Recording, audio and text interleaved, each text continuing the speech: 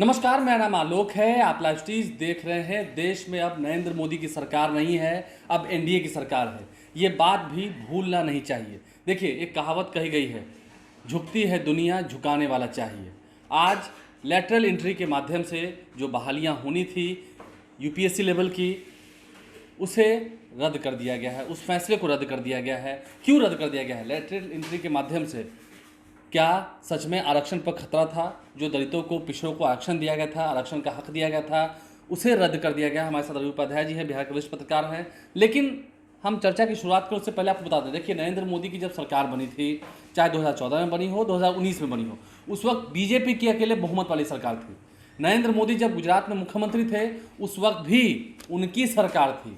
लेकिन 2024 में जो ये सरकार बनी है, वो एनडीए की सरकार बनी है, पार्टनरशिप की सरकार बनी है, गठबंधन की सरकार बनी है, और यहाँ स्पष्ट बहुमत नहीं है। कई ऐसे बिल आए, चाहे वक्फ बोर्ड का बिल हो या फिर पहले भी कई ऐसे बिल रहे हों।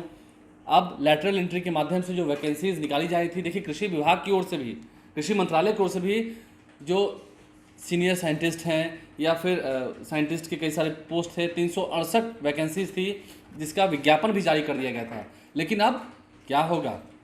लेटरल एंट्री के माध्यम से जो वैकेंसीज होनी है, जो विज्ञापन होने हुए थे, उन सभी को रद्द कर दिया गया। रवि उपाध्याय जी हमारे साथ हैं। कई ऐसे ज्वाइंट डायरेक्टर लेवल के पोस्ट थे जिस पर वैकेंसीज निकाली गई थी, और इसे लेकर काफ़ी हो हंगामा हुआ। राहुल गांधी ने विरोध किया, चिराग पासवान जो कि एनडीए के मजबूत हिस्सा हैं, उन्होंने विरोध किया। देखिए, अब एनडीए है, चिराग पासवान उसमें हैं, नीतीश कुमार हैं, चंद्रबाबू नायडू हैं।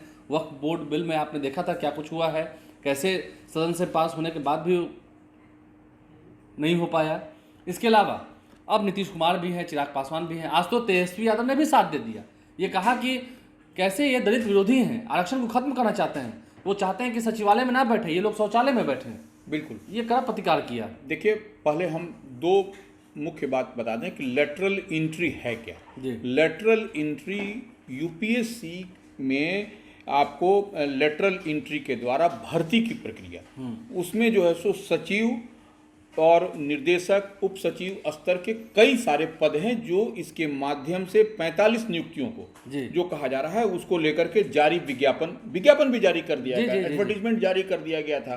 तो उसके बाद से यह जो सो हाय तौबा मची, कांग्रेस समेत तमाम विपक्षी दलों ने देश में पूरी एकजुटता के साथ इस मुद्दे पर कहा कि ये इसमें दलित विरोधी है और पिछड़ा विरोधी है, अति पिछड़ा। तो सभी सीट्स को अनरिजर्व कर दिया गया था। बिल्कुल बिल्कुल। तो ये लेटरल एंट्री को किस तरीके से कराने की ये कवायद में इसमें कहा, तो विपक्ष ने तो यहाँ तक कहा, सोचिए कितने लोग यूपीएससी की एग्जाम देते हैं, परीक्षा देते हैं, और ये डायरेक्ट बहाली कर रहे थे यूपीएससी में। ये कैसे हो सकता है? बहुत सारे लोग पसीना बहाएं, परीक्षा दें। आरक्षण का जो प्रावधान है, वह उस आरक्षण के प्रावधान को दरकिनार करके ये सब भर्ती होने की ये सब कवायद चल रही थी, जो सरकारी नौकरियों में, सरकारी वैकेंसीज में। और आगे ये मामला फिर और वह भी यूपीएससी में लेटरल एंट्री के द्वारा। देखिए, ये सबसे बड़ी बात है, और इसी बात को वह जो आपने शुरू में ही इंट्रो में कहा कि झुकाने वाला चाहिए, झुकती है दुनिया, झुकाने वाला चाहिए। हाँ, बस। तो वही निश्चित रूप से अब वह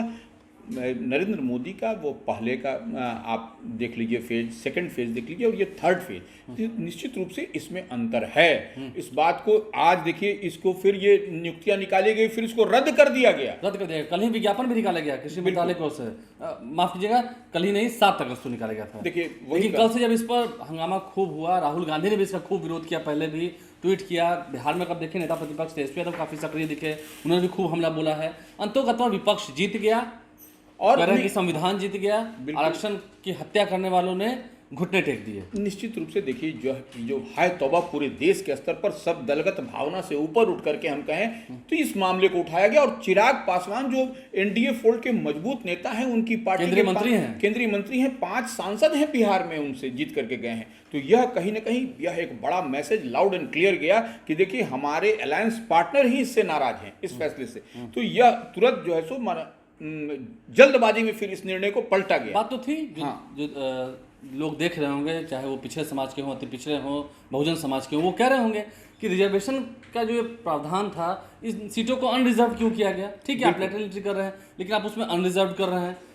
जो सरकारी नियम का जो प्रावधान है तो संविधान में लिखा हुआ है। वो जो संविधान है बाबा साहब अम्बेडकर ने जिसको बनाया है उसके हिसाब से यह जो विपक्ष कर रहा है उसके हिसाब से नहीं चल रहा है ये लेटरल एंट्री की जो बात हो रही थी। तो इसी पर तेजस्वी प्रसाद यादव जो बिहार विधानसभा में प्रतिपक्ष के नेता हैं उन्होंने बड़ी बात, उन्होंने तो जीतन राम मांझी जो केंद्रीय मंत्री हैं, चिराग पासवान हैं उन पर, और नीतीश कुमार मुख्यमंत्री, उन तीनों को घेरे में लिया और कहा कि ये लोग मलाई खा रहे हैं, इन लोगों को सुरक्षा मिल गई है, इन लोगों को तो इस्तीफा देना चाहिए। और इस पर आगे आकर के देखिए जब हाय तौबा बड़े स्तर पर मचा तो निश्चित रूप से यह जो है, और उसके बाद देखिए जल्दबाजी में फिर आपको चिराग पासवान ने भी पटना में प्रेस कॉन्फ्रेंस कर दिया। उन्होंने भी कहा केंद्र सरकार द्वारा जो यूपीएससी में लेटरल एंट्री के द्वारा जो भर्ती की प्रक्रिया का उनकी पार्टी लोक जनशक्ति पार्टी रामविलास और वह स्वयं कभी पक्षधर नहीं रही। खंडन इन बातों को चाहते को ना हो। हाँ, और वही हुआ भी, वही हुआ। चिराग पासवान के इस दबाव ने कहीं ना कहीं नरेंद्र मोदी की सरकार को, नरेंद्र मोदी को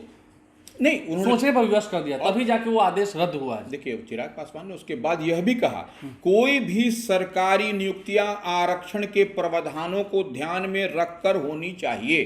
तो यह सब जब अब आपके अलायंस पार्टनर ही जब इस पर बात कह रहे हैं और वह लगातार इस पर चिराग पासवान की पैनी नजर बनी हुई थी, नेता प्रतिपक्ष तेजस्वी यादव की नजर बनी हुई थी, और राहुल गांधी तो जो विपक्ष के नेता है, बड़े नेता हैं लोकसभा में, वह जब लगातार इस बात को उठा रहे थे तो वह अब देखिए तेजस्वी यादव ने तो यहाँ तक कहा कि जीतन राम मांझी जो केंद्रीय मंत्री हैं वह क्रीमी लेयर का सपोर्ट कर रहे हैं। देखिए क्रीमी लेयर तो सुप्रीम कोर्ट ने भी कहा है कि SC/ST के उपवर्गीकरण की बात कही है। बिल्कुल, जो जातियां हैं इसमें क्रीमी लेयर की बात की है और उपवर्गीकरण की बात की है, क्योंकि पहले आरक्षण हुआ था वो छुआछूत के आधार पर हुआ था। तो वही देखिए वो क्रीमी लेयर की बात कर रहे हैं और उन्होंने सवालिया लहजे में तेजस्वी ने कहा भी कि आप अपने पुत्र को स्वयं और अपने पुत्र को स्वयं क्यों बैठे हुए हैं पद पर बैठे हुए हैं। वो भी मंत्री हैं, केंद्रीय मंत्री हैं। हाँ। यहाँ बेटे भी उनके मंत्री हैं बिहार और अभी उपचुनाव होगा तो इस बार में भी आप ही लोग अपने परिवार का ही इमामगंज में। हाँ। देखिए तो वह सब इस सब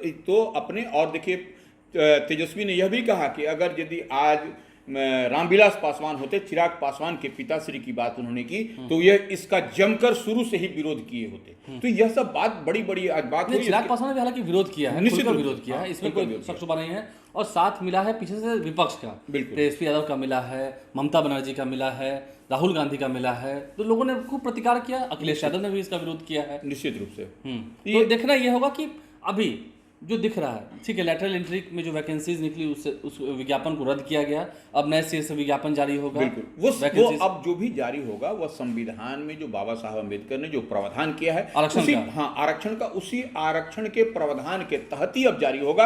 अब ये नहीं होगा कि सचिव, उप सचिव और निदेशक जैसे जो पद हैं उनमें जो है ज्वाइंट डायरेक्टर की बात है, डायरेक्टर की बात हुई, ये सारे पोस्ट जो है यूपीएससी के माध्यम से लोग कितनी मेहनत करते हैं, परिश्रम करते हैं। बिल्कुल। और आप यहाँ डायरेक्ट एंट्री करा रहे हैं, ठीक है, लेकिन उसमें भी रिजर्वेशन का ख्याल रखा गया है। तो ये जो पिछड़े समाज के लोग हैं जिनका हक बनता है वो कहाँ जाएंगे? देखिए जो नॉर्म्स है, जो कायदा है, जो कानून है, जो एक नियम बन गया है, उस नियम का तो पालन होना चाहिए। और देश तो हमारे संविधान से चल रहा है। बिल्कुल, किसी एक व्यक्ति से तो चल नहीं रहा है। इसलिए मैंने कहा, देखिए जब 2014 में सरकार बनी थी सर, तो उस वक्त भी सिर्फ नरेंद्र मोदी की सरकार बनी थी, बहुमत हासिल कर लिया था बीजेपी ने। बिल्कुल। 2019 में भी बहुमत हासिल कर लिया था, बीजेपी को 300 पार था।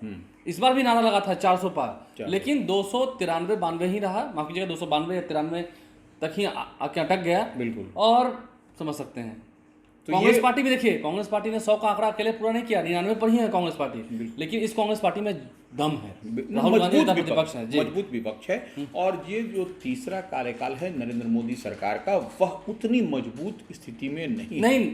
सरकार ठीक है, सरकार टिकी हुई है, सरकार को बहुमत है, लेकिन सरकार एनडीए की है, नरेंद्र मोदी की सरकार सिर्फ नहीं है। नरेंद्र मोदी प्रधानमंत्री हैं, देश के प्रधानमंत्री फिर से बने, लेकिन एनडीए के जो पार्टनर्स हैं उनके समन्वय से चलाना होगा। हर फैसला सिर्फ जो इच्छा हो वो आप कर लें, वो पहले वाली बात अब नहीं है। बिल्कुल, ये तो अब दिखाई पड़ गया ना। ये तो यूपीएससी में लेटरल एंट्री की बात है, यह तो आज स्पष्ट हो गया। भी आज कागज दिखाया कि देखिए कृषि मंत्रालय में, मैंने अभी बताया आपको, जो सीनियर साइंटिस्ट हैं, एग्रीकल्चर साइंटिस्ट जो हैं, उनके 368 वैकेंसीज निकाली गई है, वो भी अनरिजर्व्ड है। बिल्कुल। तो वहां पर भी आरक्षण का कोई कोटा लागू नहीं है, तो फिर ये चलेगा कैसे? देश क्या संविधान से नहीं चलेगा? देश संविधान से ही चलेगा।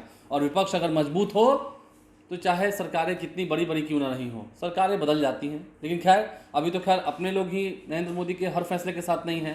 दलितों की, बहुजनों की जब बात हो रही है तो चिराग पासवान चुप कैसे रहते हैं? तेजस्वी यादव ने भी साथ दिया है। वो पूरा माजरा क्या था हमने आपको इस वीडियो में समझाने की कोशिश की है।